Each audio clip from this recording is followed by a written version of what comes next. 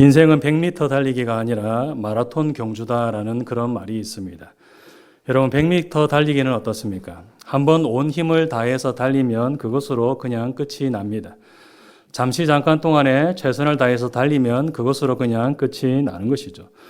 여러분들 인생은 어떻습니까? 인생은 한번 열심히 뛰고 한번 열심히 한다고 해서 그것으로 끝이 납니까? 그런 것이 아닌 것이죠. 마라톤처럼 마지막까지 잘 달려야 될 필요가 있는 것입니다. 한번 잘 달렸다고 해서 되는 것도 아니고 또 한번 그만 뛰고 싶은 그런 유혹을 물리쳤다고 해서 되는 것도 아닙니다. 마지막 골이 나는 그 순간까지 그만두고 싶은 유혹들을 잘 물리쳐야지 되는 것이죠.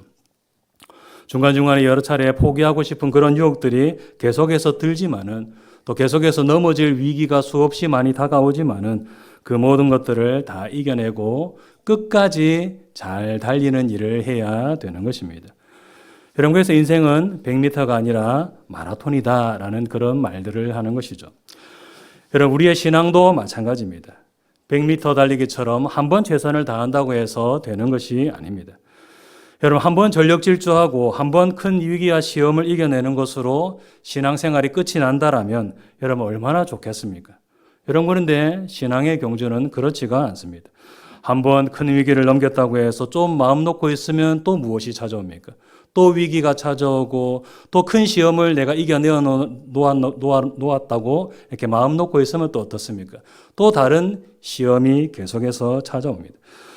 마지막 그 순간까지 포기하고 싶은 그런 유혹이 찾아오고 뒤로 돌아가고 싶은 유혹이 찾아오고 세상으로 돌아가고 싶은 유혹이 찾아오고 이런 유혹들이 계속해서 찾아오는 것입니다. 마치 마라톤 경주처럼 말이죠. 여러분, 그래서 우리들은 마지막까지 잘 달리기 위해서 끝까지 잘 달리기 위해서 힘쓰는 일을 해야 되는 것입니다. 한번 큰 은혜 받았다고 해서 그것으로 다 된 것처럼 생각하지도 말고 또 한번 큰 시험을 이겨내었다고 해서 그것으로 마음 놓지도 말고 마지막까지 마음 놓지 말고 최선을 다해서 달리는 일을 해야 되는 것입니다. 여러분들 이렇게 살아야 되는 것을 알지만 이 일이 말처럼 쉽지는 않습니다. 마지막까지 잘 달리기가 참으로 쉽지 않은 것이죠. 여러분, 교회들을 보면 어떻습니까? 가끔씩 어떤 소식을 들을 때가 있습니까? 참으로 훌륭한 목사님이었고 훌륭한 장로님이었는데 마지막에 안 좋은 모습을 보였더라. 이런 소식을 우리가 안타깝게 가끔씩 들을 때가 있습니다. 젊었을 때는 정말로 교회를 위해서 헌신적이었고 참 잘 섬겼던 분인데 마지막에 유종의 미를 거두지 못하고 이런 잘못을 저질렀더라. 이런 안타까운 소식을 들을 때가 있는 것입니다. 마지막까지 잘 달려야 되는데 그렇게 하지 못하고 넘어진 사람들의 모습을 볼 수 있는 것이죠. 여러분, 오늘 본문에도 마지막까지 잘 달려야 되는데 그렇게 하지 못하고 안타깝게 넘어진 한 사람이 나오는 것을 볼 수 있습니다. 그는 누구인가 하면 바로 기드온입니다. 여러분, 우리가 그동안 기드온에 대해서 살펴보았었는데 여러분, 이 기드온은 참으로 은혜를 많이 받은 사람이었고 하나님이 계신다라는 것을, 하나님이 살아 계신다는 것을 그 누구보다도 많이 체험했던 그런 사람입니다. 그를 붙들어 주시고 위로하여 주시는 하나님의 말씀도 참으로 많이 들었던 사람이었고 또 하나님께서 함께 하신다는 증거도 참으로 많이 보았던 사람이 바로 이 기드온입니다. 여러분, 그리고 결정적으로 이 기드온은 300명으로 13만 5천 명을 물리치는 그런 놀라운 기적을 체험하였던 사람이었습니다. 그 누구보다도 생생하게 하나님의 역사하심을 가까이에서 경험하였던 사람이 바로 이 기드온이다라는 것이죠. 여러분들 오늘 본문을 보면 그러했던 기드온이 어떤 일을 하고 있는 것을 볼 수 있느냐? 하나님께서 기뻐하시지 않는 일들을 행하고 있는 것을 볼 수 있습니다. 여러분, 먼저 오늘 본문이 속해 있는 8장 15절에서 17절을 보면 어떤 사건이 나오는 것을 볼 수 있느냐? 기드온이 숫곳 사람들과 브누엘 사람들을 죽이는 일을 하고 있는 것을 볼 수 있습니다. 우리 15절에서 17절 말씀을 함께 읽도록 하겠습니다.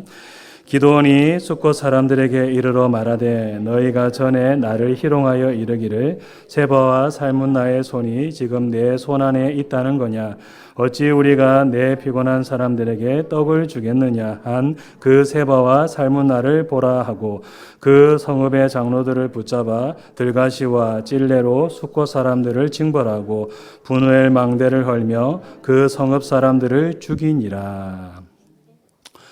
여러분 이 사건이 있기 전에 어떤 사건이 먼저 있었는가 하면 에브라임 지파 사람들이 패잔병을 추격하고 있는 기드온에게 나타나서 시비를 거는 사건이 먼저 일어납니다. 왜 전쟁을 할 때에 우리 에브라임 지파를 부르지 않았느냐? 왜 우리 지파를 부르지 않고 너희 마음대로 싸웠느냐? 왜 우리를 이렇게 소홀하게 대접하느냐? 이렇게 시비를 거는 일이 먼저 있었습니다. 제가 시비라고 표현하는 것은 기드온은 나팔을 불어서 전쟁에 참여하라고 알리는 일을 하였는데 그들이 그것을 듣고도 무시하는 일을 하였기 때문입니다. 여러분 이스라엘은 전쟁을 할 때에 어떻게 하는가 하면 강제로 소집하지 않고 나팔을 불어서 알리면 스스로 자원하여서 전쟁터에 참여하도록 되어 있었습니다. 여러분 그래서 기드온은 나팔을 불어서 전쟁이 일어났다는 그 소식을 알렸고 몇몇 지파들은 그 소리를 듣고 전쟁터에 나아왔습니다. 여러분들 이 에브라임 지파는 그것을 듣고도 무시하는 일을 하였습니다. 자기들이 불리하다고 생각되어서 안 나왔는지 그것은 잘 모르겠지만은 그들은 나팔 소리를 들었지만은 전쟁에 참여하지 아니하였습니다. 여러분들 그래놓고는 이제 전쟁이 다 끝나고 나서 어떻게 하고 있느냐? 군대를 이끌고 와가지고는 왜 우리를 부르지 않았느냐라고 그렇게 말하고 있는 것입니다. 여러분 그러니 이것은 그냥 시비에 불과한 것이죠. 승리한 기드온의 모습에 배가 아파가지고 시비 거는 행동에 불과한 것입니다. 여러분들 기드온은 이 시비를 받고 어떻게 하고 있느냐? 부드럽게 잘 넘기는 것을 볼 수 있습니다. 아니 전쟁을 할 때는 안 나타나더니만 왜 이제 와서 딴소리고 이렇게 맞받아치지 아니하고 유순하고 부드러운 말로 당신 지파가 짱입니다. 당신 지파가 최고입니다. 우리보다 당신들이 더 낫습니다. 뭐 이렇게 부드럽게 잘 넘기는 일을 하였습니다. 이 기드온의 태도에 따라서 이스라엘 지파끼리 서로 싸우는 내전도 얼마든지 일어날 수 있는 그런 상황이었는데 이 기드온이 부드럽게 잘 대처함으로 이 시험을 잘 넘기는 일을 한 것입니다. 여러분들 한 번 시험을 넘겼지만은 그것으로 끝이 아니었습니다. 다시 한 번 더 기드온에게 시험이 찾아왔는데 그것은 바로 숫곳 사람들과 분우엘 사람들이 기드온을 무시하면서 협조하지 않은 일입니다. 오늘 보면 4절에서 9절을 보면 그 내용이 나오는데 기드온과 300명의 용사는 패조하는 적군을 추격하는 것 때문에 너무도 배가 고프고 지쳐있는 그런 상태에 있었습니다. 여러분 그래서 지나가던 길에 있는 숫곳 사람들에게 먹을 것을 좀 달라고 요청하는 일을 하였죠. 여러분들 숫곳 사람들은 어떤 반응을 보였느냐? 지금 네 손에 적군의 우두머리들이 있느냐? 아직 완전히 끝내지 못한 것 아니냐? 그러면 우리가 도와줄 수 없다라고 하면서 기드온을 조롱까지 하면서 기드온의 요청을 거절하는 일을 하고 있는 것을 볼 수 있습니다. 여러분 지금 미디안의 군대가 패배하기는 하였지만은 아직 그들에게는 15,000명이나 되는 군대가 남아있는 상태에 있었습니다. 여러분들 그 뒤를 추격하는 기드온의 군대는 몇 명밖에 안 됩니까? 여전히 300명밖에 되지 않습니다. 여러분 그래서 숫곳 사람들은 도와주기를 꺼려하는 일을 한 것입니다. 아직 전쟁이 완전히 끝나지 않은 것 아니냐? 너의 손에 적군의 우두머리가 잡혀 있는 것은 아니지 않느냐? 만약에 너를 도왔다가 너가 패배하기라도 한다면 우리들은 어떻게 되겠느냐? 그러니까 아직까지는 너를 도와줄 수가 없다. 여러분 그들은 이런 반응을 하고 나선 것이죠. 참 이기적이고 참 계산적인 그런 반응을 보인 것입니다.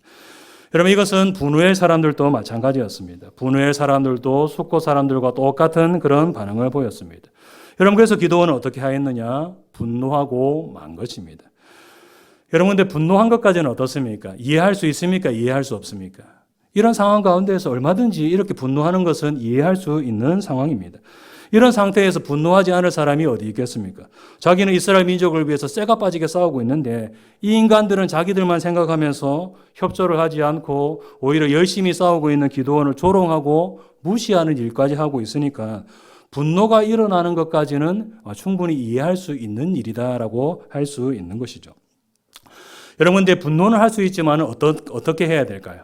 그가 이스라엘의 사사라면, 하나님께서 세우신 사사라면 어떤 일을 하는 것이 옳겠습니까?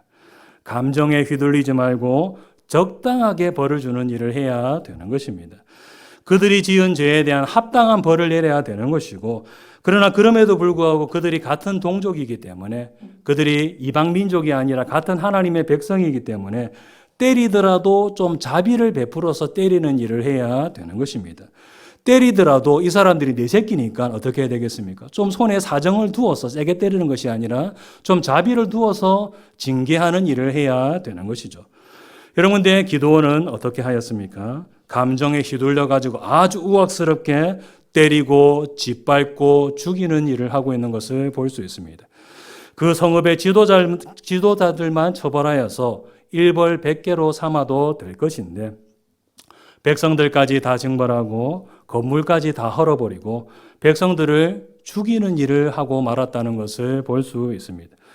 그들이 지은 죄에 대한 벌이라고 하기보다는 자기 감정에 대한 분풀이로밖에 볼 수 없는 그런 행동을 하고 있는 기드온의 모습을 볼 수 있는 것입니다.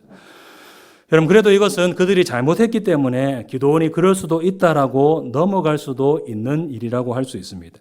이해해 보려고 한다면 그래도 그들이 잘못했지 않느냐라고 우리가 이해하고 넘어갈 수도 있는 일입니다. 여러분, 근데 그 뒤에 나오는 기드온의 모습은 어떻느냐? 정말 변명의 여지도 없이 잘못된 행동을 하고 있는 기드온의 모습을 볼 수 있습니다. 오늘 보면 22절 말씀을 함께 읽도록 하겠습니다. 그때에 이스라엘 사람들이 기드온에게 이르되 당신이 우리를 미디안의 손에서 구원하셨으니 당신과 당신의 아들과 당신의 손자가 우리를 다스리소서 하는지라. 여러분, 미디안의 손에서 이스라엘 백성들을 기드온이 구원하였습니까? 아니면 하나님께서 구원하셨습니까? 하나님께서 그들을 구원하셨죠. 여러분들, 백성들은 지금 어떤 소리를 하고 있느냐? 하나님께서 그들을 구원하신 것을 목도하고도 기드온이 구원하였다라고 하면서 왕이 되어 달라고 요구하는 것을 볼 수 있습니다. 당신과 당신의 아들과 당신의 손자가 우리를 다스리소서. 여러분, 이건 무슨 말입니까? 당신이 왕이 되어 달라는 그런 말을 하고 있는 것입니다. 여러분, 이렇게 그들은 왕이 되어 달라고 기드온에게 요청하는 일을 하였습니다. 여러분들, 기드온은 이 요구를 잘 거절하였습니다. 오늘 본문 23절 말씀입니다. 기드온이 그들에게 이르되 내가 너희를 다스리지 아니하겠고 나의 아들도 너희를 다스리지 아니할 것이요 여호와께서 너희를 다스리시라 하니라. 여러분, 이렇게 기드온은 왕이 되어달라는 유혹을 잘 물리치고 하나님이 당신들의 왕이십니다라고 선포하는 일을 잘 하였습니다. 왕이 되어달라고 하는 그 유혹을 물리친 것은 참으로 잘한 일이다라고 말할 수가 있는 것이죠. 여러분, 근데 문제는 무엇인가 하면 말로는 자기가 왕이 아니다라고 그렇게 말하고 있는데 실제로 그가 하는 행동을 보면 어떻냐? 왕처럼 행동하고 있는 기드온의 모습을 볼 수 있습니다. 오늘 보면 24절 말씀을 함께 읽도록 하겠습니다. 시작. 기드온이 또 그들에게 이르되 내가 너희에게 요청할 일이 있으니 너희는 각기 탈취한 귀고리를 내게 줄지니라 하였으니 이는 그들이 이스마엘 사람들이므로 금 귀고리가 있었습니다. 미디안 민족은 초승달 모양의 금 귀고리 장식을 귀에다가 달고 다니는 그런 풍습이 있었던 것 같습니다. 그래서 13만 5천 명의 적군을 물리쳤으니까 참 많은 금 귀고리들을 얻어내게 되었겠죠. 여러분, 근데 기드온이 무슨 요구를 하고 있느냐?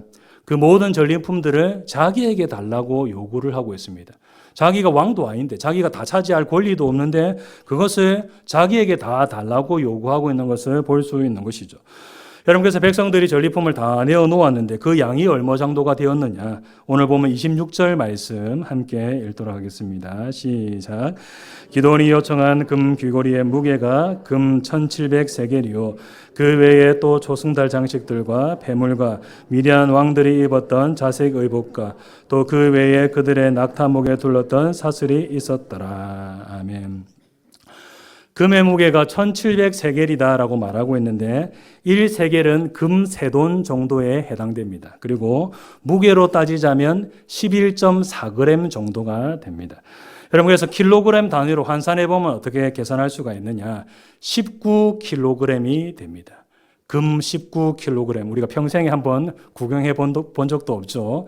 아마도 엄청나게 많은 양인 것처럼 그렇게 느껴지는데 이런 많은 금을 그가 가지는 일을 한 것입니다. 여러분, 그리고 그 외에도 무엇도 가졌다고 말씀하고 있습니까?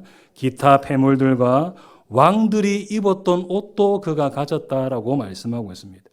말로는 자기가 왕이 아니다라고 그렇게 말하고 있는데 어떻습니까? 금은 보물들을 자기가 다 가지고 왕들이 입었던 옷을 자기가 가지고 아마도 그가 입고 다녔겠죠. 이런 행동을 하고 있는 기드온의 모습을 볼 수 있는 것이죠. 여러분, 그리고 27절 말씀을 함께 읽도록 하겠습니다. 시작. 기드온이 그 금으로 에봇 하나를 만들어 자기의 성읍 오브라에 두었더니 그것을 음란하게 위함으로 그것이 기드온과 그의 집에 올무가 되니라. 기드온은 금으로 에봇을 하나 만들었습니다. 이 에봇은 대제사장이 하나님을 섬길 때에 입는 옷인데 그 옷을 하나 만든 것이죠. 여러분들, 만든 것까지는 참 좋은데 그것을 만들었으면 어떻게 하는 것이 올바른 일이라고 할 수 있을까요? 실로에 있는 대제사장에게 전달하는 일을 하는 것이 가장 좋은 일입니다. 여러분, 지금 기드온 시대의 성막은 어디에 있었는가 하면 실로에 있었습니다. 그러니까 실로가 종교적으로 중심지였다라는 것이죠. 여러분, 그래서 기드온은 실로에 가서 예봇을 대제사장에게 전달하면서 이 옷을 입고 하나님 잘 섬겨 주십시오. 하나님이 섬기는데 이 옷을 잘 사용해 주십시오. 여러분, 이렇게 전달하는 일을 했어야 옳습니다. 만약에 기드온이 그런 일을 하였더라면 참으로 아름다운 모습이 될 수 있었을 것입니다. 여러분, 근데 기드온은 그것을 어떻게 하고 있습니까? 자기 본거지에다가 딱 걸어두는 일을 하고 있습니다. 자기가 수도로 삼고 있는 오브라에다가 딱 걸어놓고 있는 일을 하고 있는 것이죠. 여러분, 이것은 어떤 의미라고 볼 수 있겠습니까? 실로가 아니라 여기가 종교적 중심지다라는 그런 의미를 담고 있는 것입니다. 내가 살고 있는 오브라가 정치적으로도 중심지이면서 종교적으로도 중심지이다. 하나님 만나려면 이제 앞으로는 실로에 찾아가지 말고 여기 오브라에 찾아오면 된다. 정치적으로도 모든 일들이 다 오브라에서 다 이루어지고 종교적으로도 모든 일들이 다 내 수도인 오브라에서 이루어진다. 여러분, 이런 의미가 담겨 있는 것입니다. 여러분, 아무튼 기드온은 에봇을 자기 성읍 오브라에 걸어두는 일을 하였는데 그 결과 어떤 일이 일어났다라고 말씀하고 있습니까? 백성들이 그것을 음란하게 섬기는 일이 일어났다라고 말씀하고 있습니다. 이 기드온이 에봇을 걸어둔 일이 신앙적으로 백성들에게 전혀 좋은 일이 되지 못하고 도움이 되지 못하고 오히려 우상 숭배하는 일에 도구가 되고 말았다는 것을 볼 수 있는 것입니다. 기드온이 자기 고난을 벗어나서 교만한 일을 행한 것 때문에 백성들이 우상 숭배에 빠지고 말았다는 것을 볼 수 있는 것이죠. 여러분, 또 30절을 보면 이렇게 말씀하고 있습니다. 30절 말씀 함께 읽겠습니다. 시작. 기드온이 아내가 많음으로 그의 몸에서 난 아들이 70명이었고, 기드온의 아내가 몇 명 정도 되었는지 알 수가 없지만은 아들이 70명이었다는 말을 볼 때에 아내가 한 몇 명 정도 되었을 것인 짐작해 볼 수 있을까요? 최소한 10명은 넘어갔을 것이다라고 짐작해 볼 수 있습니다. 아들이 70명이면 확률적으로 딸도 그 정도 태어났을 것이니까 아내가 10명 갖고 모자라겠죠. 한 20명, 한 30명 정도, 그 정도는 있지 않았을까? 그렇게 추측할 수가 있습니다. 말로는 자기가 왕이 아니다라고 말하는데 어떻습니까? 고대의 왕들이 수많은 후궁들과 첩들을 거느리는 것처럼 많은 아내를 거느리고 두고 있는 이 기드온의 모습을 볼 수 있는 것입니다. 여러분, 그리고 결정적으로 31절을 보면 어떻게 말씀하고 있느냐 같이 한번 읽겠습니다. 시작. 세겜에 있는 그의 첩도 아들을 낳았으므로 그 이름을 아비멜렉이라 하였더라. 이 아들 이름이 아비멜렉인데 이 뜻은 나의 아버지는 왕이다라는 뜻을 가지고 있습니다. 이 이름을 기드온이 지었는지 아니면 기드온의 첩이 지었는지 그것은 알 수가 없지만은 이 이름을 통해서 우리가 무엇을 추측해 볼 수 있을까요? 기드온이 다른 사람들 보기에 왕처럼 보이는 행동을 했을 것이다라는 것을 추측해 볼 수 있습니다. 기드온이 첩이 보기에도 그러하고 사람들이 보기에도 그러하고 기드온이 왕처럼 보이는 그런 행동을 했을 것이다 라는 것을 짐작해 볼 수 있는 것이죠. 여러분, 이처럼 기드온은 말로는 자기가 왕이 아니라고 하나님이 왕이시다라고 말하였지만은 실제적으로는 자기가 왕인 것처럼 그렇게 살았습니다. 말로는 자기가 왕이 아니라고 그렇게 하였지만은 이스라엘의 왕이 하나님이시다라는 것을 백성들 앞에서 보여주지 못하고 실제로는 자기가 왕인 것처럼 보이는 그런 삶을 살고 만 것입니다. 말로는 참으로 그럴듯한 신앙적인 말을 하였지만은 실제적으로는 전혀 신앙적이지 못한 삶을 살고 있는 기드온의 모습을 오늘 본문을 통하여서 발견할 수 있는 것입니다. 자, 그러면 오늘 본문에 나오는 이 기드온의 모습을 통하여서 우리가 무엇을 깨닫고 적용해 보아야 될까요? 첫 번째로 신앙은 말이 아니라 삶이다라는 것을 우리가 적용해 보아야 됩니다. 같이 한번 읽겠습니다. 신앙은 말이 아니라 삶입니다. 여러분 앞에서 기도하는 말로는 자기가 왕이 아니라고 하면서 실제적으로는 어떤 삶을 살았습니까? 자기가 왕인 것처럼 그렇게 살았습니다.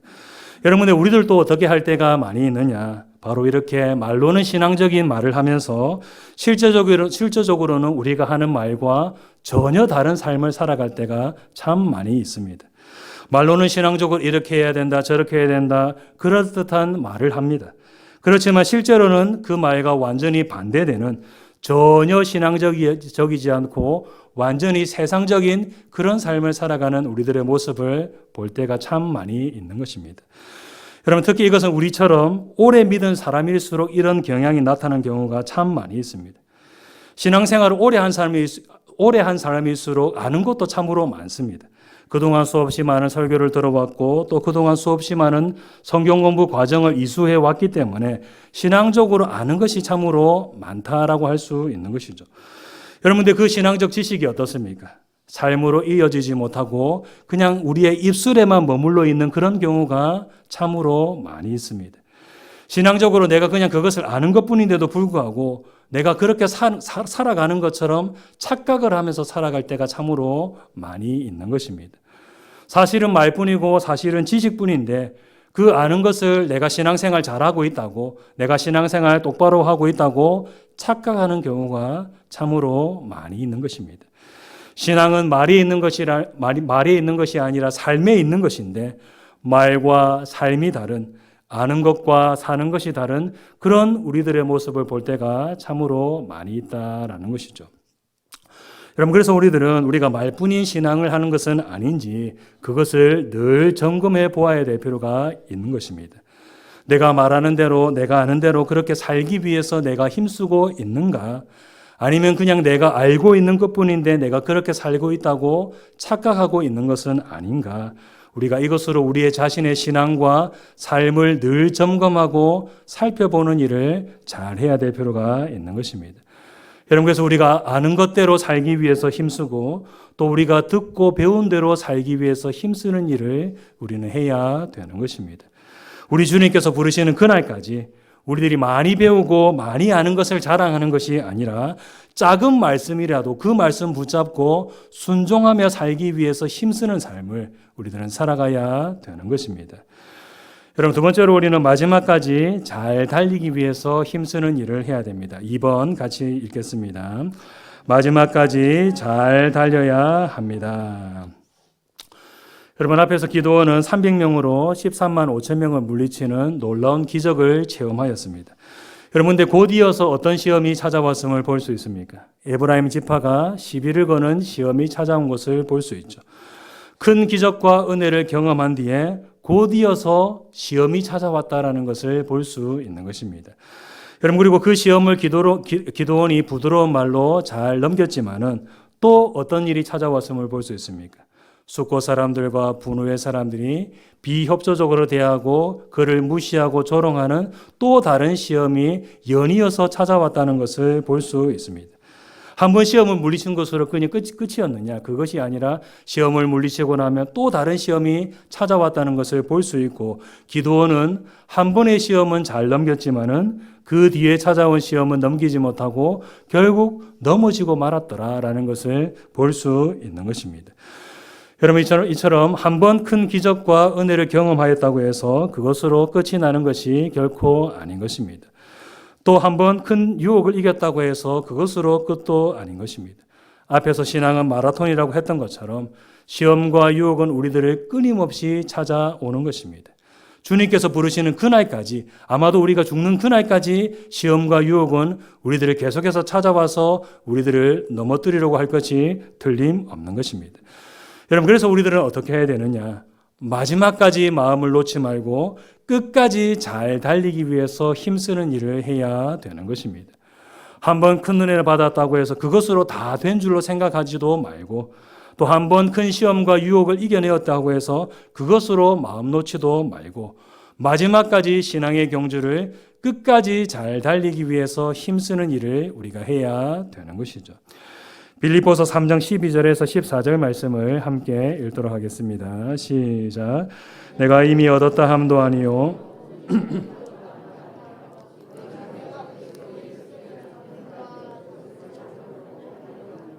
형제들아 나는 아직 내가 잡은 줄로 여기지 아니하고 오직 한 일 즉 뒤에 있는 것은 잊어버리고 앞에 있는 것을 잡으려고 표대를 향하여 그리스도 예수 안에서 하나님이 위에서 부르신 부름의 상을 위하여 달려가노라. 아멘. 여러분 이 말씀 그대로입니다. 우리가 앞을 바라보고 달려가야 되는 것이고 또 예수님만 바라보고 달려가야 되는 것이고 또 하나님의 상을 바라보면서 최선을 다해서 끝까지 잘 달리는 삶을 살아야 되는 것입니다. 신앙은 한 번 잘 달렸다고 해서 되는 그런 100m 경주가 아니라 마지막까지 최선을 다해서 달려야 되는 마라톤이다라는 것을 우리가 분명하게 기억하고 마지막까지 넘어지지 않기 위해서 힘쓰고 마지막까지 잘 달리기 위해서 힘쓰는 삶을 우리들은 살아가야 되는 것입니다. 여러분 이제 말씀 맺도록 하겠습니다. 신앙은 말에 있는 것이 아니라 삶에 있습니다. 여러분 또 신앙은 한 번 잘 달리면 되는 100m 경주가 아니라 끝까지 잘 달려야 되는 마라톤 경주입니다. 우리 성도님들이 이것을 기억하시고 주님께서 부르시는 그날까지 하나님의 말씀대로 살기 위해서 힘쓰고 또 신앙의 경주를 끝까지 잘 달리기 위해서 힘쓰는 우리 모든 성도님들 다 되시기를 주님의 이름으로 축복합니다.